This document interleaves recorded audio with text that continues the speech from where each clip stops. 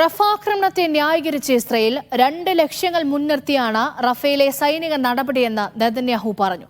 ബന്ദികളുടെ മോചനവും ഹമാസിന്റെ ഉന്മൂലനവുമാണ് ലക്ഷ്യം. ഗസയിൽ അധികാരം പുനഃസ്ഥാപിക്കാൻ ഹമാസിനെ അനുവദിക്കില്ല എന്നും നെതന്യാഹു വ്യക്തമാക്കി. MC നാസർ വിവരങ്ങൾ നൽകാൻ ചേർന്നുണ്ട്. നാസർ, റഫ ആക്രമണത്തിനെതിരായി വലിയ പ്രതികരണങ്ങളൊക്കെ വരുമ്പോഴാണ് ഇസ്രയേലിന്റെ ന്യായീകരണം. എവിടെ വെച്ചാണ്, ഏത് സന്ദർഭത്തിലാണ് നെതന്യാഹുവിന്റെ പ്രതികരണം? എന്തെല്ലാം കാര്യങ്ങൾ പറഞ്ഞു? രേഷ്മ, ഇന്നലെ വലിയ പ്രതീക്ഷയുടെ ഒരു ദിനം തന്നെയായിരുന്നു. കാരണം 214 ദിവസത്തിലെത്തി നിൽക്കുന്ന ഗസ യുദ്ധം അവസാനിപ്പിക്കുന്നതിൻ്റെ ഭാഗമായിട്ട് വെടിനിർത്തൽ കരാർ ഹമാസ് അംഗീകരിക്കുകയും അക്കാര്യം മധ്യസ്ഥ രാജ്യങ്ങളായിട്ടുള്ള ഈജിപ്തിനെയും ഖത്തറിനെയും അറിയിച്ചു. തുടർന്ന് ഇസ്രായേലിൻ്റെ ഊഴമായിരുന്നു. പക്ഷേ ഏതെങ്കിലും അർത്ഥത്തിൽ ഈ വെടിനിർത്തൽ ചർച്ചയോട് ആഭിമുഖ്യം പുലർത്തുന്നതിന് പകരം റഫ ക്രോസിംഗ് പിടിച്ചടക്കാനുള്ള വളരെ സൈനികമായിട്ടുള്ള ഒരു നടപടിയുമായിട്ടാണ് ഇന്ന് ഇസ്രായേൽ രംഗത്ത് വന്നത്.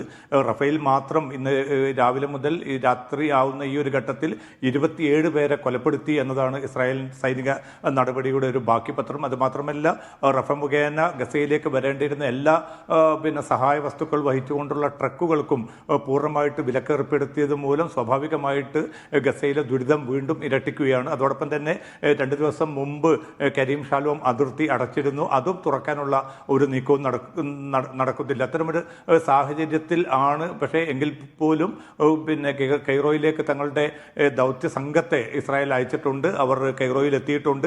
ഹമാസ് സംഘവും കൈറോയിൽ തുടരുകയാണ്. ചർച്ച പുനരാരംഭിച്ചതായിട്ടുള്ള റിപ്പോർട്ടുകളാണ് മധ്യസ്ഥ രാജ്യങ്ങളായിട്ടുള്ള ഖത്തറും അതോടൊപ്പം തന്നെ ഈജിപ്തും വ്യക്തമാക്കുന്നത്. ഇനി ഈ 2 വിഭാഗങ്ങൾക്കിടയിൽ വലിയ തോതിലുള്ള ഭിന്നത നിലനിൽക്കുന്നില്ല എന്നാണ് അല്പം മുമ്പ് നടത്തിയ വാർത്താ സമ്മേളനത്തിൽ വൈറ്റ് ഹൗസ് വക്താവ് ജോൺ കിർബി വ്യക്തമാക്കിയിരിക്കുന്നത്. ചില വിയോജിപ്പുകൾ മാത്രമേ ഇരുപക്ഷത്തുമുള്ളൂ. ആ വിയോജിപ്പുകൾ പരിഹരിക്കാനുള്ള നീക്കം 2 കൂട്ടരും നടത്തേണ്ടതുണ്ട്. അത് വൈകാതെ തന്നെ ഉണ്ടാവും. അതിൻ്റെ ഒരു കൃത്യമായിട്ടുള്ള ഒരു കാലഗണന നിർണ്ണയിക്കാനാവില്ല. പക്ഷേ അധികം വൈകാതെ തന്നെ ഒരു വെടിനിർത്തൽ കരാർ യാഥാർത്ഥ്യമാകുമെന്ന പ്രതീക്ഷയാണ് അമേരിക്ക പങ്കുവെക്കുന്നത്. പക്ഷേ അതേസമയം തന്നെ സൈനിക നടപടിയുമായി തന്നെ മുന്നോട്ട് പോകും. റഫക്ക് നേരെയുള്ള അതിൽ നിന്ന് പിന്തിരിയുന്ന പ്രശ്നമില്ല എന്ന അർത്ഥത്തിലുള്ള വളരെ പ്രകോപനപരമായിട്ടുള്ള പ്രതികരണം തന്നെയാണ് നെതന്യാഹുവിൻ്റെ ഭാഗത്തു നിന്ന് ഉണ്ടായിക്കൊണ്ടിരിക്കുന്നത്. ഇന്ന് വൈകിട്ട് അദ്ദേഹം നടത്തിയിരിക്കുന്ന പ്രതികരണത്തിലാണ് ഹമാസിനെ പൂർണ്ണമായിട്ടും തുരത്തുക, അതോടൊപ്പം തന്നെ ബന്ദികളെ പൂർണ്ണമായിട്ടും തിരിച്ചു കൊണ്ടുവരിക, ഈ 2 ലക്ഷ്യങ്ങളോടെ കൂടിയാണ് ഇപ്പോൾ റഫയിലേക്ക് ആക്രമണം വ്യാപിപ്പിച്ചിരിക്കുന്നത്.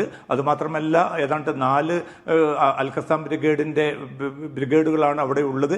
അതിനെ പൂർണ്ണമായിട്ട് തുരത്തുന്നത് വരെ ഈ ആക്രമണം തുടരുമെന്ന ഒരു പ്രസ്താവന കൂടി നെതന്യാഹുവിൻ്റെ ഭാഗത്തു നിന്ന് ഉണ്ടായിട്ടുണ്ട്. പക്ഷേ അതൊക്കെ ആണെങ്കിൽ പോലും അമേരിക്ക നൽകുന്ന സന്ദേശപ്രകാരം, അല്ലെങ്കിൽ അമേരിക്കക്ക് ഇസ്രായേൽ കൈമാറിയിരിക്കുന്ന സന്ദേശപ്രകാരം ഇപ്പോൾ ആരംഭിച്ചിരിക്കുന്ന റഫക്ക് നേരെയുള്ള ഈ ആക്രമണം വളരെ പരിമിതം മാത്രമായിരിക്കുമെന്നാണ്. ആ പരിമിതത്തിനപ്പുറത്തേക്ക് ഈ ആക്രമണം വ്യാപിപ്പിക്കുന്നതിനോട് തങ്ങൾക്കും താല്പര്യമില്ല. അക്കാര്യം നേരത്തെ തന്നെ ബൈഡൻ നെതന്യാഹുവിനെ ഔദ്യോഗികമായി തന്നെ അറിയിച്ചതാണ്. അതുകൊണ്ട് തന്നെ റഫയിലെ ജനലക്ഷങ്ങളെ ഗുരുതരമായിട്ട് ബാധിക്കുന്ന അത്തരമൊരു ആക്രമണത്തിൽ നിന്ന് ഇസ്രായേൽ പിന്തിരിയണമെന്ന ഒരു അഭ്യർത്ഥന കൂടിയാണ് വൈറ്റ് ഹൗസ് വക്താവ് അല്പം മുമ്പ് നൽകിയിരിക്കുന്നത്. ഏതായാലും CIA മേധാവി ഉൾപ്പെടെയുള്ളവർ കൈറോയിൽ ചർച്ചകൾ തുടരുന്ന ഒരു സാഹചര്യത്തിൽ ഇസ്രായേലിന് മുകളിൽ വലിയ തോതിൽ സമ്മർദ്ദമുണ്ട്. അതുകൊണ്ട് തന്നെ അധികം വൈകാതെ ഈ വെടിനിർത്തൽ കരാർ, കാരണം ഇന്നലെ ഹമാസ് അംഗീകരിച്ചിരിക്കുന്ന ആ കരാറിലേക്ക് ഇസ്രായേൽ എത്തുമെന്നൊരു പ്രതീക്ഷയാണ് അമേരിക്കയും അതോടൊപ്പം തന്നെ യൂറോപ്യൻ രാജ്യങ്ങളും മുന്നോട്ട് വെക്കുന്നത്. പക്ഷേ അത് എത്ര കണ്ട് നടക്കും എന്ന കാര്യത്തിൽ ഒരു തീർപ്പുമില്ല. കാരണം ഇസ്രായേൽ മന്ത്രിസഭയും അതോടൊപ്പം തന്നെ നെതന്യാഹുവും ഈ ആക്രമണം തുടരുന്നതിനെ ന്യായീകരിക്കുകയാണ്. അതുമാത്രമല്ല, ഹമാസ് അംഗീകരിച്ചിരിക്കുന്ന കരാർ തങ്ങൾ നേരത്തെ മുന്നോട്ട് വെച്ചാൽ തങ്ങളുടെ കൂടി അനുമതി ചോദിച്ചുകൊണ്ടുള്ള ആ കരാറല്ല, അതിൽ ഹമാസ് വെള്ളം ചേർത്തിട്ടുണ്ട് എന്നതുൾപ്പെടെയുള്ള ചില പ്രതികരണങ്ങൾ ഇസ്രായേൽ മന്ത്രിമാരുടെ ഭാഗത്തു നിന്ന് ഉണ്ടായിട്ടുണ്ട്. പക്ഷേ ഇസ്രായേലിലേക്കുമായിട്ടുള്ള ഒരു വലിയ തോതിലുള്ള ഒരു ആക്രമണം റഫക്ക് നേരെ ഇനിയും ഇസ്രായേൽ നടത്തില്ല എന്നൊരു പ്രതീക്ഷയിലാണ് അമേരിക്കയുള്ളത്. അതോടൊപ്പം തന്നെയാണ് അമേരിക്കൻ മാധ്യമങ്ങളിൽ വരുന്ന റിപ്പോർട്ടുകൾ പ്രകാരം വീണ്ടും കടുത്ത നിലപാടിലേക്ക് നെതന്യാഹു നീങ്ങുകയാണെങ്കിൽ, ഈ ആക്രമണത്തിൽ നിന്ന് അദ്ദേഹം പിൻവാങ്ങുന്നില്ല എങ്കിൽ തീർച്ചയായിട്ടും സൈനിക സഹായം വെട്ടിച്ചുരുക്കുന്നത് ഉൾപ്പെടെയുള്ള ഇസ്രായേലിലെ ഇസ്രായേലിലേക്ക് സൈനിക സന്നാഹങ്ങൾ അയക്കുന്നത് നിർത്തിവെക്കുന്നത് ഉൾപ്പെടെയുള്ള കാര്യങ്ങൾ അമേരിക്ക പുനഃപരിശോധിക്കുമെന്നാണ് ഉദ്യോഗസ്ഥർ ഉദ്ധരിച്ചുകൊണ്ട് ഏറ്റവും അവസാനമായിട്ട് അമേരിക്കൻ മാധ്യമങ്ങളിലൂടെ വാർത്ത നാസർ നേരത്തെ പറഞ്ഞതുപോലെ റഫ ആക്രമണത്തിൽ രൂക്ഷമായ പ്രതികരണങ്ങൾ വരുന്നുണ്ട്. അന്റോണിയോ ഗുട്ടറസ് പറഞ്ഞത് ഇനിയും ആക്രമണം കൊന്നിട്ടും മതിയായില്ലേ എന്നുള്ള രൂക്ഷമായ ഭാഷയിലുള്ള പ്രതികരണങ്ങളൊക്കെ നമ്മൾ കണ്ടു. നിലവിലെ റഫയിലെ സ്ഥിതി എന്താണ്? അവിടെ നിന്ന് കൂട്ടപലായനം നടക്കുന്നു എന്നുള്ള വലിയ റിപ്പോർട്ടുകൾ, വലിയ സങ്കടപ്പെടുത്തുന്ന ഒരുപാട് റിപ്പോർട്ടുകൾ കാണുന്നുണ്ട് മാധ്യമങ്ങളിലൂടെ. എന്താണ് നിലവിലെ റഫയുടെ സ്ഥിതി എന്താണ്?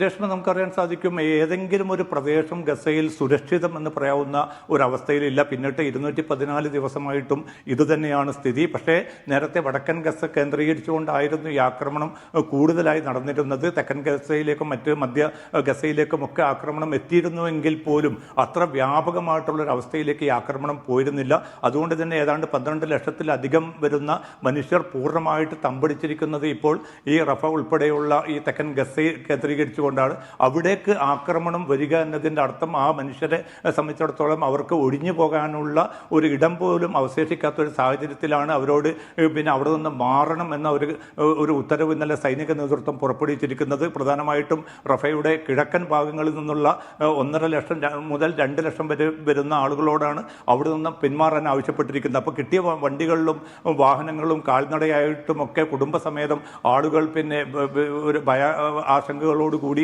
അവിടെ നിന്ന് പിൻവാങ്ങുന്നുണ്ട്. പക്ഷേ അവർക്ക് നേരെ പോലും ആക്രമണം നടക്കുന്ന സാഹചര്യമാണ്. ഇന്നിപ്പോൾ ഈ ഒരു ചുരുങ്ങിയ മണിക്കൂറുകൾക്കിടയിൽ 27 പേർ പിന്നെ റഫേൽ മാത്രം കൊല്ലപ്പെട്ടുവെങ്കിൽ അതിൻ്റെ വ്യാപ്തി, ഇനി വരാൻ പോകുന്ന മാനുഷിക ദുരന്തത്തിൻ്റെ വ്യാപ്തി എത്രയെന്ന് നമുക്ക് ഈ ഘട്ടത്തിൽ മനസ്സിലാക്കാൻ പോലും സാധിക്കുകയില്ല. കാരണം അത്രയേറെ ജനലക്ഷങ്ങൾ തിങ്ങിത്താമസിക്കുന്ന ഒരു ഏരിയയിൽ നിന്ന് അവരെ പൂർണ്ണമായിട്ട് പുറന്തള്ളുക എന്നതോ അല്ലെങ്കിൽ അവരെ ഏതെങ്കിലും അർത്ഥത്തിൽ സുരക്ഷിതമായിട്ട് താമസിപ്പിച്ച ശേഷം ഈ ഹമാസിനെതിരെ അല്ലെങ്കിൽ സൈനിക കേന്ദ്രത്തിനെതിരെയുള്ള നടപടി കൈക്കൊള്ളണം എന്നൊരു നിർദ്ദേശം പോലും നേരത്തെ അമേരിക്ക മുന്നോട്ട് വെച്ചിരുന്നു. പക്ഷേ അമേരിക്ക പോലും വ്യക്തമാക്കുന്നത് അത് അസാധ്യമാണ് അത്തരം ഒരു നീക്കം എന്നത്. അതുകൊണ്ട് തന്നെ ഇസ്രായേലിൻ്റെ ഭാഗത്തു നിന്ന് ഈ ആക്രമണത്തിൽ നിന്ന് പിൻവാങ്ങുക എന്നതല്ലാതെ ഏതെങ്കിലും അർത്ഥത്തിൽ ഹമാസിനെ അമർച്ച ചെയ്യുന്നതിന് വേണ്ടി ജനലക്ഷങ്ങളെ തന്നെ കൊന്നൊടുക്കേണ്ട ഒരു സാഹചര്യമുണ്ട് എന്ന് പറയുന്നു. അതുമാത്രമല്ല രേഷ്മ, ഇതിൽ ഏറ്റവും വലിയ ദുരന്തപരമായിട്ടുള്ളൊരു മറ്റൊരു വശം എന്നത് ഈ 2 പ്രധാനപ്പെട്ട അതിർത്തികൾ, ഒന്ന് റഫ ക്രോസിങ്ങും അതോടൊപ്പം തന്നെ കരീം ഷാലോം അതിർത്തിയും, ഇത് രണ്ടും പൂർണ്ണമായിട്ടും തടഞ്ഞ് നിർത്തിയിരിക്കുകയാണ്.